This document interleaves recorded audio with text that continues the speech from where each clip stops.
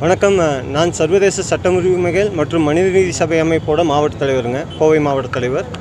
தற்போது பார்த்திங்கன்னா, காஷ்மீரில் நடந்த பயங்கரவாத தாக்குதலை கண்டித்து அந்த மக்கள் உயிரிழந்த 28 மக்களுக்கும் மௌனஞ்சலி செலுத்துவதற்காக இங்கே நாங்கள் வந்திருக்கோம். இந்த பயங்கரவாத தாக்குதலுங்கிறது பார்த்திங்கன்னா எதன் அடிப்படையிலும் ஏற்றுக்கொள்ள முடியாத ஒரு விஷயம். இது மதத்தின் அடிப்படையில் அவங்க செஞ்சதாக ஒரு குறியீடு சொல்கிறாங்க. இது மதம் கடந்து, ஏன்னா வன்முறையை வச்சே ஒரு விஷயத்தை இப்போ ஜம்மு காஷ்மீர் இஷ்யூ ஆகட்டும் எதாக இருந்தாலும் வன்முறை வச்சு தான் அவங்க செயல்படுத்தணுன்ட்டு இருக்காங்க.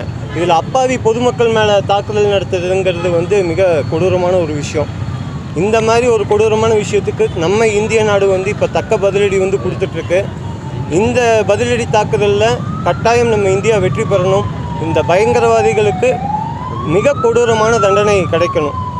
அப்போ தான் இந்த உயிரிழந்த மக்களுக்கு ஒரு நல்ல ஒரு தீர்ப்பாக இருக்கும். ஸோ இதை கண்டித்து தான் இங்கே ஆர்ப்பாட்டம் பண்ண வந்திருக்கோம்.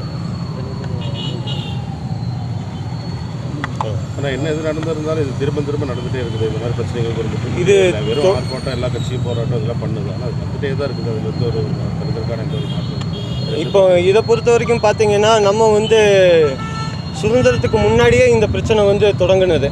இதுக்கு முடிவுங்கிறது பார்த்திங்கன்னா, நம்ம உள்ளே இருக்கிற என்ன சொல்லுவாங்க, நம்ம இந்துக்களாகட்டும் முஸ்லீம்களாகட்டும் கிறிஸ்துவர்களாகட்டும் அவங்களோட ஒற்றுமைங்கிறது இப்போவும் பிரிவினையாக, அரசியல் ரீதியாக நிறையா பிரிவினையாக அப்படியே தொடர்ந்துகிட்டே இருக்குது. அது இல்லாமல் மக்கள் அனைவரும் தேசங்கிற அந்த ஒரு வார்த்தையில் ஒன்று கூடினா மட்டும்தான் இதுக்கு ஒரு முடிவே வரும். ஏன்னா நம்ம கூட இருக்கிற நண்பராக பழகக்கூடிய பிற மத நண்பர்களும் கூட ஒரு வேற்றுமையாக பார்க்கக்கூடிய சூழல் இப்போதும் தொடர்ந்து கொண்டு தான் இருக்குது. அது இருக்கக்கூடாது.